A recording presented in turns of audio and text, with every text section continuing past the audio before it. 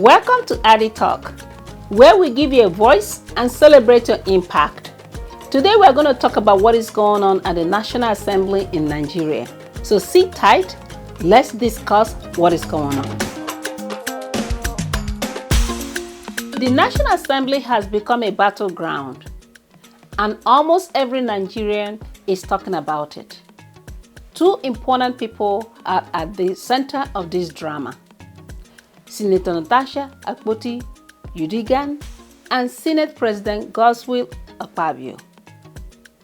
But this isn't just a political fight.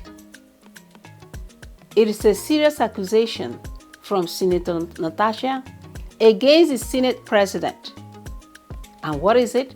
A claim of sexual harassment. Now the question is, how did we get here? If we may ask, what happened? What is going on in the National Assembly in Nigeria? The lawmakers of the nation. I'm trying to understand. I'm sure you viewers are also trying to understand what is going on. Well, sit tight. It all started on February 20th, 2025, when Senator Natasha's seat in the Senate was suddenly changed. When she tried to argue and said, ask question, why are you changing my seat? Senate President Akpabio did not let her speak, just blatantly refused her to speak. The chief whip, Senator Mohammed Mongano, backed the Senate President up, saying that it was against the rules for Senator Natasha to challenge the seat change. But Senator Natasha refused to stay silent. I represent people and I represent women who have been silenced. So permit me to speak without my microphone being silenced, dear sir, President of the Nigerian Senate. Or that your denial, your refusal to accept and treat my petition before the Senate Committee on Ethics and Privileges and Abuse of my privileges, and I say forth. And the Senate told her to leave the section. But let's fast forward to February 25th, 2025. The Senate decided to investigate Senator Natasha for her actions, and the Committee on Ethics, Privileges and Public Petitions began to look into the matter. But then, on February 28th, Senator Natasha shocked everyone by accusing the Senate President of sexual harassment in a TV interview. Petition that alleges, or should I say, accuses you of making sexual harassment moves, abusing your office, and making malicious obstructions to my legislative functions has not been tendered anywhere before, no courts in Nigeria. The nation was shocked. Everybody was confused and concerned. Now the question we may ask, was Senator Natasha speaking out for justice? Or was this just a political fight that is turning personal? Let's ask some important questions. Was it really against the rules for Senator Natasha's seat to be changed? Was it fair to remove her from the session? And most importantly, can we believe her accusation against the Senate President? Was the seat change done correctly? If all this can be answered, I'll be happy, and I'm sure you will. Senator Mongano says that the seat change was needed because some members were switching sides. So because some members were switching sides, then you should change Senator's seat. But could this argument be just about a seat change? There's an African saying that says, only the person living in the house knows where it leaks, which means that only Senator Natasha can explain why she is so upset. Because we want to know if it's just about the seat or there is something else that is more than the seat. And now, if Senator Natasha's accusation is true, she must prove it. And the Senate should give her the opportunity to do so. After all, they're the lawmakers. But the Senate's Ethics Committee said they will look into it. They decided to look into it. Even said that if she wants, she can go to court.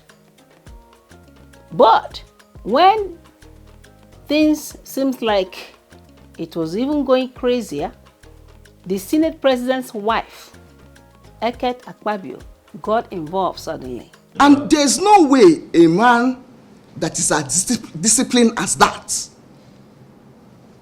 can think of taking a woman to his home. He has a lot of respect for me and for my children and regard. In Akwa Ibom, when he was a governor, a lot of women were involved in governance. And none of them, not one, ever said something like this. Instead of addressing the serious claim against her husband, she made a very strange comment where she said, in her word, "Senator Natasha isn't even my husband's type." Now, if we may ask, did she look at herself in the mirror before that comment? She also went further to say there is no way that a man as disciplined as that can think of taking a woman to his home. What a strange thought. That he has a lot of respect for her and her children. I mean, it's amazing that we have folks that think that way. Her words made people very angry. Many wondered why she did not focus on the issue of sexual harassment, which is the accusation made on her husband. Instead, she took it as a joke and did not take it serious. Her comment quickly went viral on social media. People thought she was making the situation even worse, not anywhere better. In addition to this, supporters of Akpabio also said they were angry at Senator Natasha and demanded that she should apologize to the Senate President. In their words, "We say no to Natasha's serial blackmailing." Akpabio treated Natasha as a friend and a daughter. Now, this support for Senator Akpabio is very puzzling because it is not the first time that such accusation of sexual harassment has been connected to the senator. Let's look back in 2020. Joy Nume, the former acting managing director of the Niger Delta Development Commission, NDDC, also accused Akpabio of sexual harassment. She went further to say that she even slapped him for making a sexual advancement towards her. In her words, she said, "Why did he not tell Nigerians that I slapped him in his guest house at Akpo?" Even went further to say that she is the only Ogoni woman, the only Nigerian woman that has slapped him. That she slapped Akpabio because of his plan B, since she refused to take the money that he wanted her to take. And he thought he could come on her on a different way. But Senator Natasha's petition to the Senate, which she did, but the Senate rejected it. And what did they say? That the case was already in court. I don't know how. And went further that as a punishment for not accepting this decision, that the Committee on Ethics, Privileges and Public Petition, they now put forward a recommendation for her to be suspended for 6 whole months.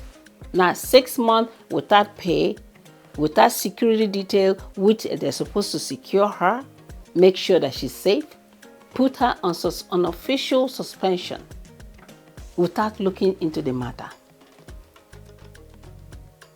The Senate also even now said that if only she can apologize to the Senate President Akpabio, then her suspension will be reduced to 3 months. And in all this that is happening, Senator Natasha remained unmoved. She said, I'm not moving. And she continues to fight against this sexual harassment and decided that she will go to court because she believed that she has been treated unfairly. Let's hear some public opinion, not just from me. Let's hear what people are saying on the street in Nigeria. We start. Some of the allegations he presented on the national. For instance, she said she and her husband went to visit him, doctor is and is wondering on something of those special, and the man held his hand, squeezing his hand, taking her around, asking her, what will she, if she want to come here to relax with him. So I think she gave room for that. As a woman, I think she created the room for that, for the thing not question to her after just talking to her. She wrongly accused him, then she was wrong. But if she did not wrongly accuse him, like he did it, then she's not wrong. But they should have investigated it to know who was wrong and who was right. Yeah, they're guardians. I wish I could not say, but mothers that their sons, and how can I put this? The uncomparable. Okay. Because they take any part, someone like to go. As more to child, whatever they take for them to provide for their family, they go extra mind to get something for their family. That's it. That's what I can say. Because he happens to be the Senate president, that is why I think he's on top of the world. He can do whatever he feel like doing and go scot-free. All the women all over Nigeria should come out and come against him and tell him what he has done is bad. Why is it that nothing is being done, really? A woman cannot voice out what she doesn't like, or as long as she's harassed, as you've mentioned, that's where the issue comes in. Why can't the woman be able to say something how she feels and be respected? Really, let's think about it. So if at the end of the day, Natasha agree with him, he will still be the one that will blackmail her. He will still be the one that will blackmail her. Let all the women rise up and fight for their rights. To me, what she did was not even bad. Because I don't know, maybe she should have even reported some people that maybe, so should be people that will be like, they have more rank at the Senate now. She should have tried to report to those people. But to me, what she did was not bad at all. Because we don't know if it's true or not. And if it's true, that's very bad. It's very, very bad. That is in your position to disturb other people's life. So to me, that's very, very bad. So what she did was to me, it's not bad at all. We deserve our right to freedom of expression. We have the right, even when we are wrong, we have a say to say. We shouldn't be kept quiet. Like when we are wrong, we should voice out. As women, we should be strong, both in and out. We should express ourselves, whether we are wrong or right. We have the freedom of expression, so we should be allowed to express ourselves how we feel about things. Sexual harassment is a problem in Nigeria. It's a major issue. Women has been going through this, especially in the workplace and politics. Even in the Senate, who are supposed to be one of the highest holding institutions in the nation, is appalling that we are seeing this that is happening in the National Assembly. The reduction of women into nothing. Isn't it time for the Nigerian government to look into this?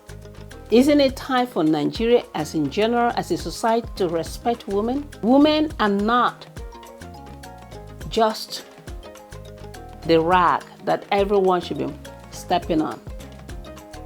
There are great women that are doing great things, not just in Nigeria, but across the world. There are Nigerian women who are also doing great things across the world. So Nigerian case should not be different. And it's also a pity that those women who are celebrating and demanding for apology for the Senate president because they have been given peanut should be ashamed of themselves. Because a woman, if someone should abuse you the way that she was abused, the way that she's claiming, if it's your sister, if it's your own, would you also celebrate that? Would you also demand for an apology? I think it's better to look into the matter than swiping it under the rug. It's better for us to look at this situation that is going on. After all, they're the highest holding individuals in the nation, the Senate. They are supposed to be upholding the laws. Why are they not doing that? Why are they not giving her audience? Why did they have to refuse her audience for all this drama to just appear and arise from everywhere?